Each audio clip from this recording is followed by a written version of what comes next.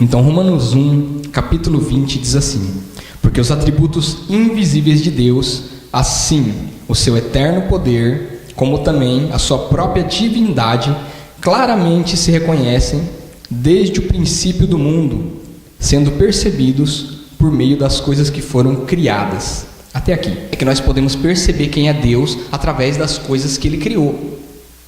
Então, assim como nós olhamos um quadro de Da Vinci, ou de Monet, ou de outro artista famoso, e a gente olha e a gente reconhece, né, quem ele é, assim como Pablo Picasso.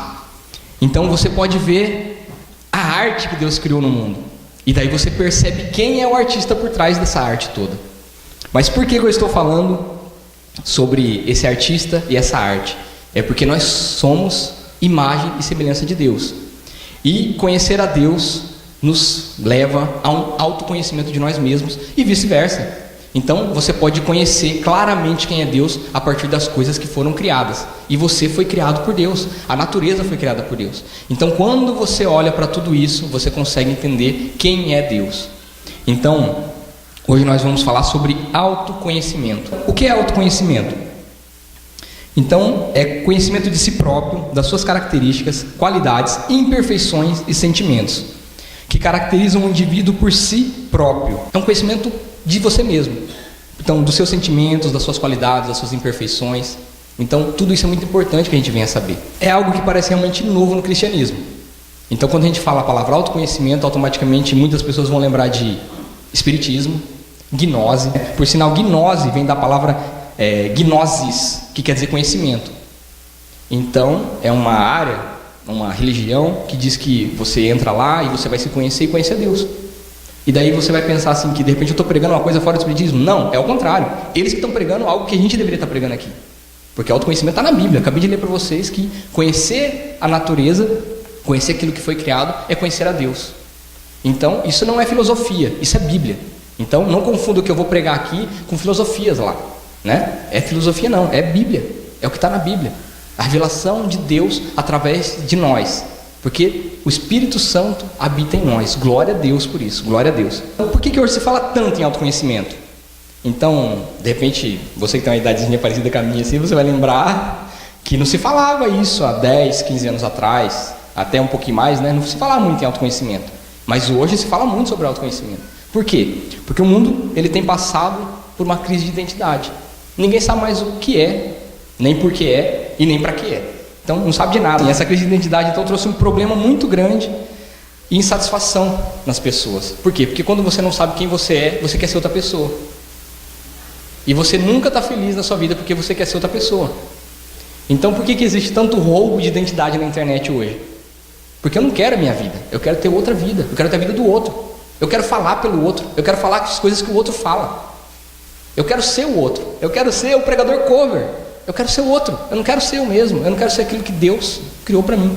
E daí, por quê? Porque eu estou infeliz com aquilo que eu sou. E como que foi começando isso aqui? Então, a sociedade, a família e até a religião, então elas davam um parâmetro daquilo que as pessoas deveriam ser. Então, hoje não está sendo mais assim. A sociedade não dá um parâmetro mais para aquilo que as pessoas devem ser. Isso foi tornando o indivíduo responsável de saber quem ele é por si só. E essa descoberta é impossível. Você não pode descobrir nada a partir de você mesmo. Então, se uma criança não é ensinada a falar, ela não fala. Então, tem casos de crianças que foram perdidas no meio do mato e que depois de encontradas, elas não falavam mais. Elas se identificavam com animais. Então, é impossível o ser humano se identificar como ser humano através dele mesmo. E a sociedade, então, tem colocado exatamente isso, que o indivíduo ele tem que se descobrir através dele mesmo. Então, isso é uma falácia, uma mentira, que está sendo muito disseminada. Ser ou não ser? Eis a questão. Quem nunca ouviu essa frase? Então é de Shakespeare e na peça chamada Hamlet. Isso se tornou uma filosofia. E eu ouço isso desde criança. Então, ser ou não ser? Então é uma dúvida. Penso, logo existo. Então essa frase é de René Descartes ou Renatus Cartesius, que ele tem dois nomes, um é o nome dele mesmo e o outro é um nome latinizado. O que ele fez? Ele pegou toda a teoria de conhecimento e colocou à prova. Então ele colocou a própria existência à prova. Falou assim, será que eu existo? Ele fez essa pergunta, será que eu existo? Então ele chegou na conclusão de que se ele duvida, ele pensa, e se ele pensa, ele existe. Então, isso veio causando no mundo o quê? As pessoas não sabem quem são, não sabem por que são, não sabem se são. Então, tudo isso que foi distorcido foi que veio trazendo esse problema para nós. E por quê? Porque a palavra de Deus tem sido esquecida, tem sido negligenciada. Então, em Provérbios 22:6, aquele versículo que a gente conhece, ensina a criança no caminho que ela deve andar, e mesmo depois de adulto, não se desviará dele. Mas hoje, o que acontece? Não se ensina nada. E daí as pessoas andam por onde acham que é melhor. E esse achar que é melhor, não é melhor. Mas então, por que é importante para os cristãos ter esse autoconhecimento? Não é importante só para os cristãos, é importante para todo mundo. Mas exatamente para a gente nunca ter crise de identidade. Por quê? A gente viu aqui, nessa igreja aqui, pessoas que tiveram crise de identidade. Num dado momento assim, surta e começa a fazer tudo anticristão. Esquece quem era, esquece o que deveria estar fazendo na igreja e muda. Mas por quê? Uma crise de identidade, porque não sabia quem era. Porque quando você sabe quem você é, ninguém consegue mudar isso mais. É a mesma coisa eu pegar um homem e falar assim, não, agora você vai ser mulher. Não vai conseguir. Por quê? Porque é claro isso dentro de uma pessoa. Agora, se a pessoa já tem uma dúvida, aí automaticamente a pessoa vai ter uma crise de identidade. Então, nós não podemos ter essa crise de identidade. Então, nós temos que ser identificados como pequenos cristos. É isso que significa cristão. Pequenos cristos, ou seguidores de Cristo. Então, quando você fala que você é cristão, automaticamente vem toda uma carga daquilo que é ser cristão atrás de você. E é por isso que as pessoas cobram tanto, porque elas querem realmente que nós sejamos pequenos cristos. Elas esperam ver Jesus Cristo nas nossas vidas, automaticamente quando você fala que você é cristão. Da mesma maneira como se você falar que você é médico, automaticamente as pessoas vão esperar de você atitude de médico. E se você fala que você é encanador, vão esperar que você conserte os canos e por aí vai.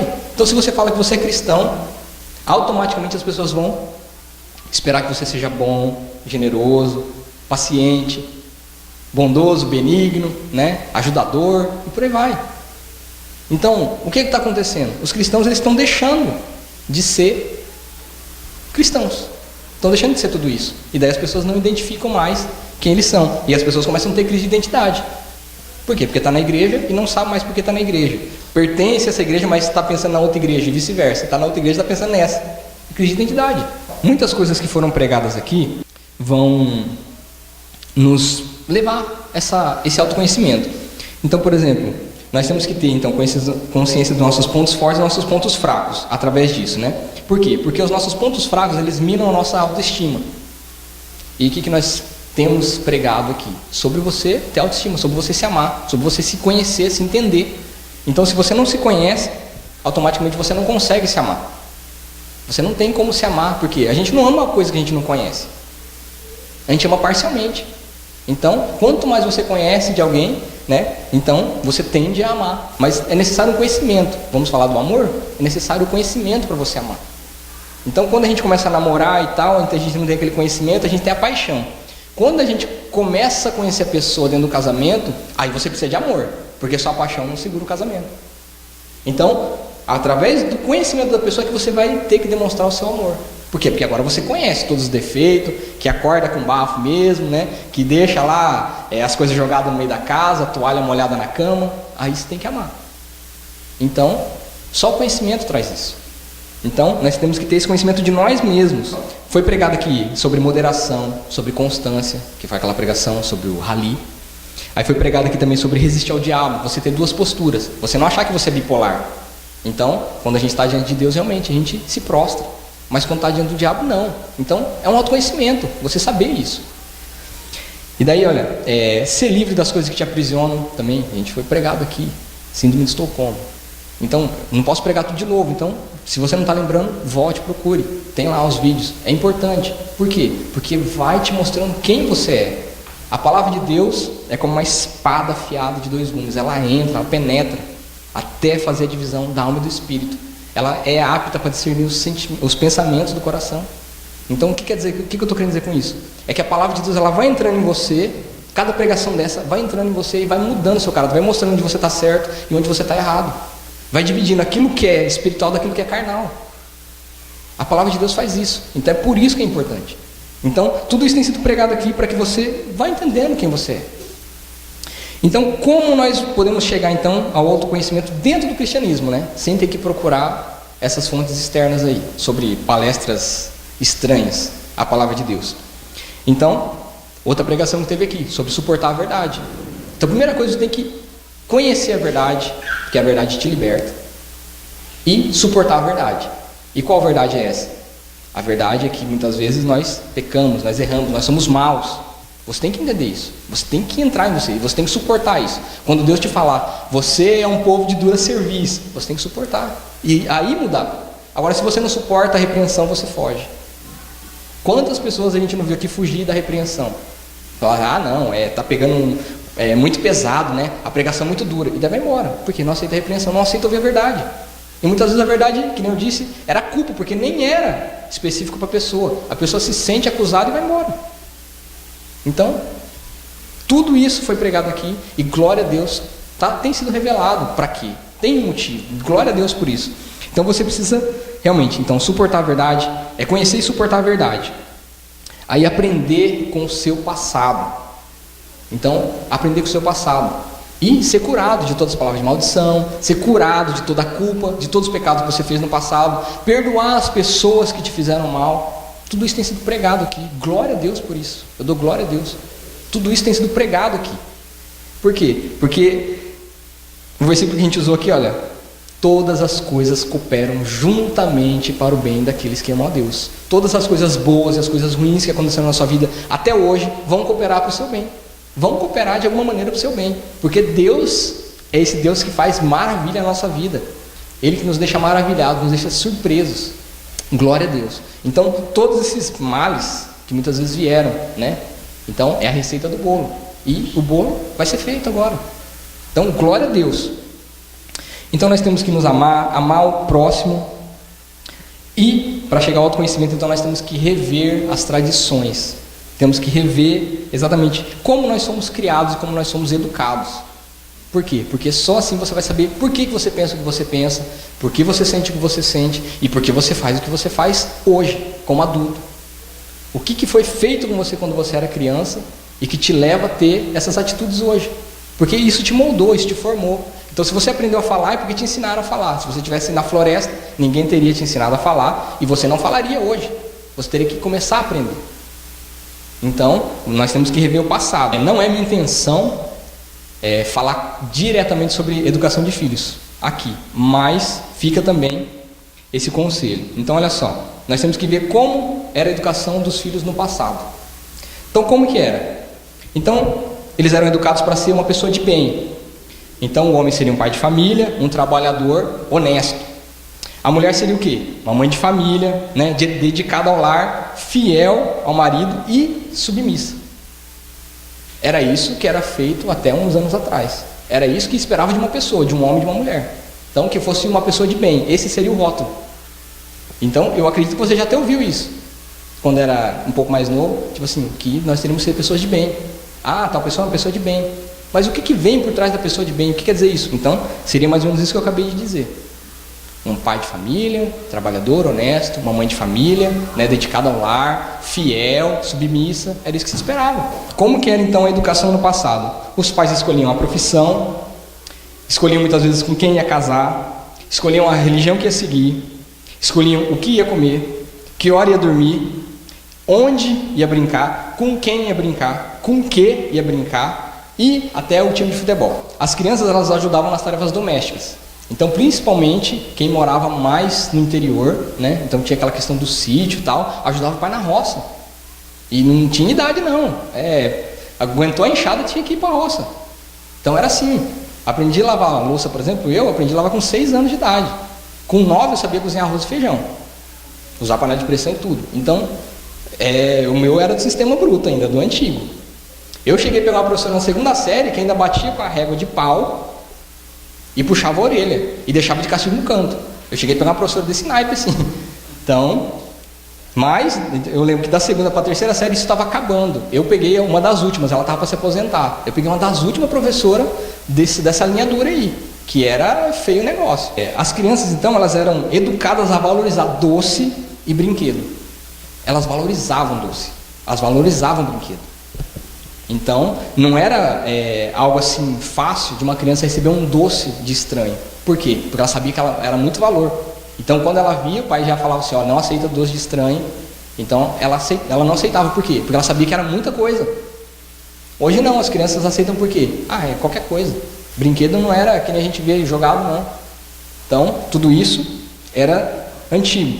E os pais, logicamente, tinham autoridade sobre as crianças. E as crianças tinham medo dos pais. Tinham medo. Não era nem respeito, não era medo. Eu, pelo menos, quando eu lembro dos meus amigos assim, a gente tinha medo dos pais. Não era respeito, não era medo mesmo. Quando fala assim, seu pai vai chegar, eu não tinha padrasto, né, mas meus amigos assim já ficavam em choque. Mas no meu caso era minha mãe, né? Minha mãe está chegando, então ficava em choque já. E os pais também não hesitavam em castigar os filhos. Então, que nem a gente fala, triscorrelou, estava apanhando. Triscorrelou, estava de castigo. Triscorrelou, era puxão de orelha, era vara, era desse jeito. Então, tudo isso é o que formou, provavelmente você está se identificando com tudo isso, porque eu acredito que tem mais ou menos a mesma idade, e você está se identificando com toda essa educação. Era mais ou menos desse jeito a maioria das famílias. Se não era na sua, mas era do seu amiguinho, com certeza. Com certeza era assim. Mas e hoje? Então, o que foi dado para as crianças hoje? Então, para as crianças foi dado o que querem ser. Então, você vai ser o que você quer ser. E foi uma distorção dessa verdade, dessa frase. Por quê? Porque a gente não pode ser o que a gente quer ser. Principalmente nós como cristãos, a gente tem que entender que a gente tem que ser aquilo que Deus quer que nós sejamos. E daí a gente acha que nós somos o dono das nossas vidas. Então, você começa a ver a distorção da palavra de Deus. Então você vai ser tudo aquilo que você quer ser em Deus. Aí você pode ser tudo. Mas, através da força do seu braço, sem Deus, então está errado. Então é uma distorção. Não quer dizer que você não possa escolher aquilo que você quer ser. Não é isso. Mas em Deus. Sem desprezar a vontade de Deus. Crianças hoje elas podem escolher a profissão, elas podem escolher com quem casar, elas podem escolher a religião, elas podem escolher o que comer, elas podem escolher que hora que vão dormir, né? Elas podem escolher casar ou não. Elas podem escolher o sexo hoje. Como assim? Eu sou menina, eu posso escolher ser menina agora. Então, como que eu vou fazer? O seu filho vai ser o quê? Tem pai que já não está mais definindo mais. Ele vai namorar com quem quiser, com homem, com mulher, tá assim. Só uma coisa que eu acho que não mudou muito, que é outra coisa aqui, né? Que os pais, eles continuam brigando por causa do time. Então, mudar de time não pode não. Mudar de time você é deserdado. Então, você pode mudar de sexo, mas de time não. Você pode casar com homem, mudar com mulher, escolhe a profissão que você quiser. Pode ser prostituta, mas mudar de time não. Tá assim. Então, olha o nível absurdo que está chegando as coisas. Então, os pais deixam escolher tudo. E nem tudo era para ser assim. Então, olha só. Elas não valorizam, então, os doces, muito menos os brinquedos, hoje em dia. Provérbios 13, o versículo 24, diz assim: o que retém a vara aborrece a seu filho, mas o que o ama, cedo o disciplina. Então, qual que era a mentalidade dos pais de antigamente? Que nem eu disse, desobedeceu, tem castigo, tem punição. Por quê? Porque você ama seu filho e você quer que ele aprenda cedo. Mas hoje, qual que é o pensamento do mundo? Que bater não resolve. Da onde tiraram que bater não resolve? Então, eu conheço casos de pessoas que apanharam muito, mas não resolveu. Então a gente acaba falando assim, se apanhar resolvesse, a pessoa não teria virado o que virou. Porque apanhou tanto quando era criança, mas apanhou de quem? Apanhou por quê? Então estava sendo ensinado, porque ela estava apanhando, da maneira certa, porque não adianta nada um pai pegar o filho fumando e pegar e fazer mais ou menos assim, né? Você está fumando, menino? Espera aí que você vai apanhar. Porque é o que acontecia, hipocrisia. Os pais, eles queriam à força ensinar os filhos aquilo que eles não faziam. Então não podia fumar, não podia beber, mas eles bebiam, eles fumavam na presença das crianças. E daí eles queriam ensinar. Então adiantava, você podia espancar o menino, podia matar. Por quê? Porque não ia adiantar, porque não tinha o exemplo. Então não tinha mais autoridade para falar, só tinha a força bruta, de bater. Então esse tipo de bater, esse tipo de castigo realmente não resolve nada. E a pessoa poderia apanhar o resto da vida que não ia aprender. Por quê? Porque não teve exemplo para aprender. Então, nós estamos falando aqui é de castigo, é da vara, gente, não é de espancar os filhos, não. O 6 é aquele que a gente leu, né? Ensina o caminho em que se deve andar, e ainda quando velho não se desviará dele. Mas Provérbios 22:15 diz assim: a estutícia está ligada ao coração da criança, mas a vara da disciplina a afastará dela.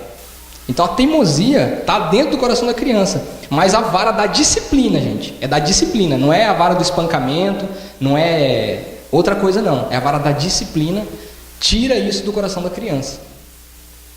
Então, como eu disse, veio um pensamento, e principalmente lá no Brasil, lá, aquela tal da lei da palmada, que não pode mais bater. Da onde veio isso? Então isso não é da palavra de Deus. Então foram cometidos excessos? Sim. Mas a palavra de Deus para corrigir, sim. E muitas vezes, fisicamente, sim. Eu não estou pregando aqui abuso infantil, nem espancamento, gente. Mas vara da correção, sim. Provérbios 29:15 diz assim: a vara e a disciplina dão sabedoria, mas a criança entregue a si mesma vem a envergonhar a sua mãe. O que nós vemos as crianças envergonhando a mãe e o pai? É porque elas estão entregues a si mesmas.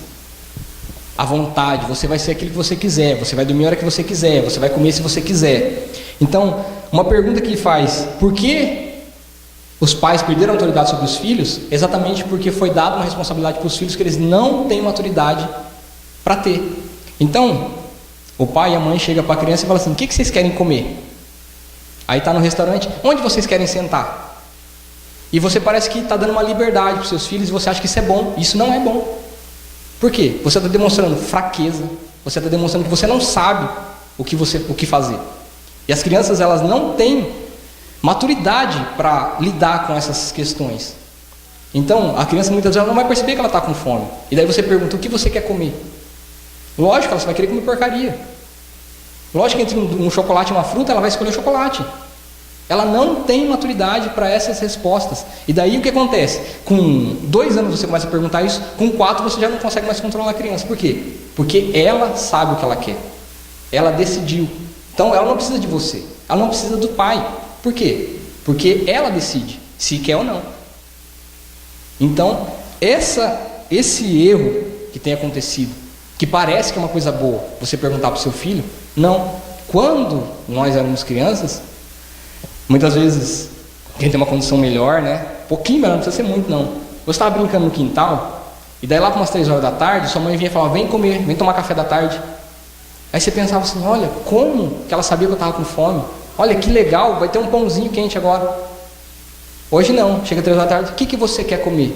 Então a sua mãe não sabe, a criança, ela não consegue colocar isso para fora, mas automaticamente ela subentende que a mãe não sabe que ela está com fome, não sabe nada dela. E antigamente não, então não tinha essa escolha, não tinha essa responsabilidade com a criança. A criança não era responsável por isso.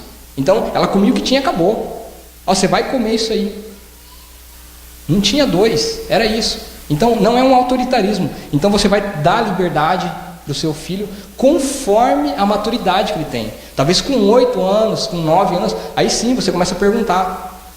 Mas com 2 anos, o que você quer vestir? É muita carga, parece que não é, mas é muita carga para uma criança. É muita carga, é muita responsabilidade. Tanto é muita responsabilidade, porque se o seu filho cometer um crime com 17 anos, você ainda é responsável. Com 17 anos, gente, com 18 anos a pessoa se torna maior de idade criminal. Então, como você chega a uma criança de 2 anos, 4 anos, 6 anos e pergunta certas coisas para ela? Ela não tem maturidade para responder. Não tem. Carta de motorista no Brasil é com 18, nos Estados Unidos é com 16 e a gente vê a loucura que é. Então, por quê? Porque não tem maturidade. Mas por que eu estou falando de tudo isso? É para você entender o nível de autoconhecimento que a gente perdeu. Por que a gente faz isso? Porque a gente foi traumatizado por um sistema que parecia bruto, né? Sistema muito, muito bruto, mas a gente está destruindo muito mais nossos filhos da maneira que está sendo criado hoje. Então, muitas pessoas, que nem eu mesmo, a gente foi ter televisão bem depois, a gente assistia na casa do vizinho. Com 9 anos ali, a gente assistia na casa do vizinho, porque não tinha televisão. Então, hoje, as crianças têm todas as informações ali, nada é filtrado. Então, tá vendo de tudo, gente, de tudo, tudo, tudo. E coisas que elas não têm maturidade para receber aquela carga. Então, por que eu estou falando então? É um autoconhecimento de si, e daí você vai entendendo por que a crise de identidade está acontecendo. Então, é por isso, porque os valores foram invertidos. Então, hoje, o pai não tem mais autoridade sobre o filho, e não tem nenhum respeito, e não adianta nem muitas vezes falar que vai bater. Por quê? Porque hoje você pede para o seu filho assim, pega aquilo ali para mim, ele vira para você e fala, pega você. Se fosse uns 20 anos atrás, no mínimo era um tapa que você ia levar, se você respondesse assim. Era sim senhor, não senhor. Hoje, a criança vem, não vou pegar, ainda vem e chuta a sua canela ainda. E se você tiver baixado, dá um tapa na sua cara. Por quê? Então, é absurdo o nível que chegou. Então, a gente está querendo corrigir erros do passado, só que a gente está cometendo piores hoje. A sociedade está contribuindo. Por quê? Porque a sociedade que está colocando, não pode bater, que bater não resolve nada, né? É na base do diálogo. Só que, olha a criminalidade no Brasil como que está. De menor está matando e está rindo de matar, porque sabe que não vai dar nada. E daí estão falando de diminuir, então vamos diminuir a maioridade penal, a idade de pena. Isso também não vai resolver. Por quê? Porque as crianças foram entregues a elas mesmas, elas não têm maturidade para assumir as responsabilidades. E ainda mais num sistema carcerário que nem do Brasil, vai entrar lá e vai se formar pior ainda, vai se formar sequestrador, assaltante de banco, terrorista. Então vai entrar como batedor de carteira, vai sair escolado em crime de alta categoria. Então, o que deve se fazer? Exatamente a educação. Então, as crianças que foram ensinadas nesse caminho, pode ver que por mais que tenha sido errado, muita coisa que você foi ensinado, você não se desvia. E você nem sabe por quê. Então, por que muitas vezes, que nem eu sempre brinco aqui, né? Por que te irrita tanto a pasta de dente apertada no meio? É porque na época que a pasta de dente ainda era de metal, então se perdia muito se você apertasse no meio. Hoje é de plástico, hoje você vai, volta e acabou, não tem problema. Mas aquilo te irrita quando você vê, por quê? Porque foi do seu passado. Então você tem que entender esse autoconhecimento e ver o que isso está refletindo hoje na sua vida e por que você está muitas vezes educando seu filho dessa maneira e por que a sociedade está fazendo tudo isso. Então são coisas bobas que parece que não teve efeito, mas teve muito efeito sobre a sua vida. Então você tem que ter um autoconhecimento. Começar a se perguntar, como eu disse, as coisas óbvias.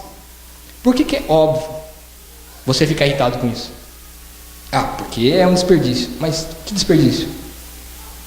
E daí você começa a se fazer pergunta e a voltar no seu passado, a entender por que você foi ensinado assim, por que essas coisas te irritam. As crianças, elas têm que ter uma maturidade para ter os direitos de escolher alguma coisa. Então, cuidado com as responsabilidades que vocês têm dado aos filhos de vocês. Como eu disse, não é a intenção de falar sobre educação de filho, mas é para você entender como você foi educado e como o mundo está uma bagunça hoje. Então parece que é coisa simples, mas está acarretando algo terrível. Aconteceu um episódio na minha vida que foi assim. Então, um dia a mãe da minha filha vestiu a minha filha com uma roupinha amarela.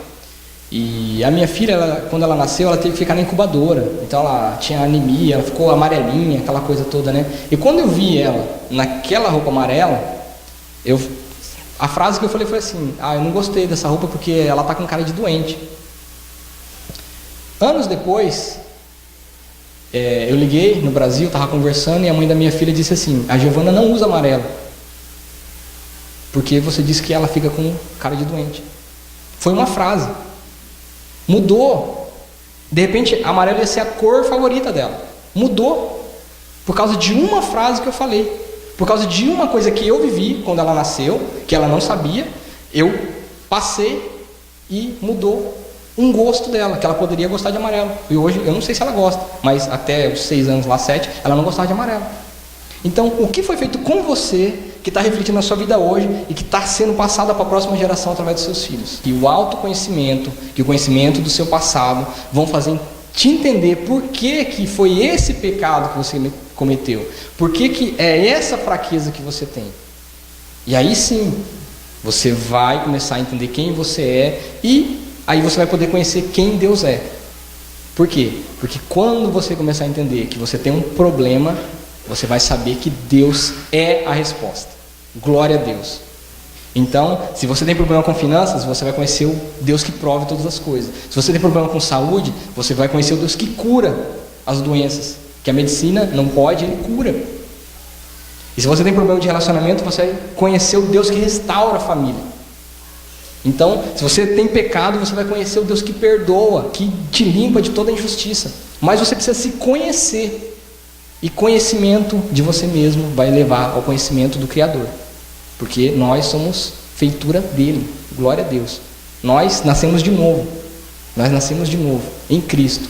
Mas tudo que a gente é hoje tem que passar pelo crivo de Cristo, pela palavra de Deus. Então nós temos que filtrar agora todos os nossos comportamentos, mesmo os mais pequenininhos, para ser passado através da palavra. Por quê? Porque o mundo, que nem eu disse, ele está pregando devagarzinho várias coisas. Então, quando eu era menino, ver um travesti, um homossexual, era coisa rara. E a gente ficava assustado, a gente tinha medo. Quando a gente via a polícia, a gente tinha medo da polícia. Hoje, não. Mas por que, por exemplo, a gente foi ensinado a ter medo da polícia? Porque os nossos avós, por exemplo, viveram a ditadura. E a ditadura, a polícia pegava quem era contra a ditadura e matava. Então, o que os avós falavam para os pais? Olha a polícia, hein? Não sai na rua não que a polícia te pega, que era assim que acontecia. E daí foi passado para nós, eu ainda peguei. Quando eu era criança, a pai e a mãe falavam, ó, a polícia, hein? A gente corria para dentro de casa, com medo da polícia.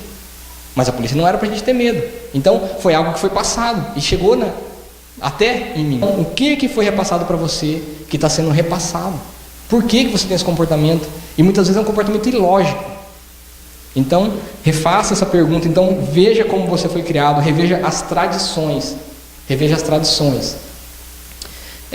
Uma história que a pastora contou aqui, que é assim que...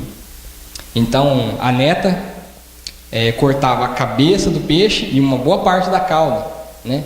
E daí foi perguntar, mas por que você corta tanto do peixe? Por que você perde tanto aqui perto da cabeça e tanto aqui perto da cauda? Aí ela falou, porque minha mãe me ensinou assim. Aí foi perguntar para a mãe, por que você corta a cabeça e o peixe assim? Você perde tanto do peixe na hora de fazer? Aí falou, porque minha mãe ensinou assim. Aí foi perguntar para a avó, vó, por que você corta o peixe dessa maneira, perde tanto da cabeça e tanto do rabo? Ela falou, minha filha, é porque na época a gente só tinha um fogãozinho, então não cabia o peixe, então a gente tinha que colocar assim. Então, um desperdício de 3 gerações desse peixe por causa de uma situação que foi vivida lá atrás. Que é uma mais realista? Aquela que aconteceu na Inglaterra lá. Tinha um banco lá que há 200 anos ninguém podia sentar nele. E daí tinha um soldado de cada lado do banco para que ninguém sentasse nele. Um dia foram perguntar, falaram, mas por que tem esse banco no jardim do castelo e ninguém pode sentar nele? Isso é uma história real, você pode pesquisar. Aí foram descobrir nos documentos reais lá que um dia aquele banco tinha sido pintado. E daí, para que ninguém se sujasse a roupa, foi colocado 2 soldados lá para que ninguém se sujasse. Só que nesse mesmo tempo aí aconteceu várias coisas e ninguém revogou a lei. Então durante 200 anos ninguém poderia sentar no banco e tinha 2 soldados guardando o banco. O que é isso? Tem que se rever as tradições, parar de fazer as coisas cegamente sem saber o porquê. Então, se está sendo pregado aqui, tem um motivo para ser pregado. E daí você deve procurar um motivo de que está sendo pregado. Se você não encontrar um motivo, uma razão, uma lógica, principalmente dentro da palavra de Deus, então você não deve ouvir. Se você tem um comportamento, então procure saber por que você tem esse comportamento. Então tem vários tipos de mania, várias coisinhas que nós temos e que você deve passar então pelo autoconhecimento. Porque, que nem a gente leu aqui, né? Então, os atributos invisíveis de Deus, o seu eterno poder, a sua natureza divina têm sido claramente vistos e compreendidos por meio das coisas criadas. Você vai entender quem é Deus, mas você precisa se conhecer.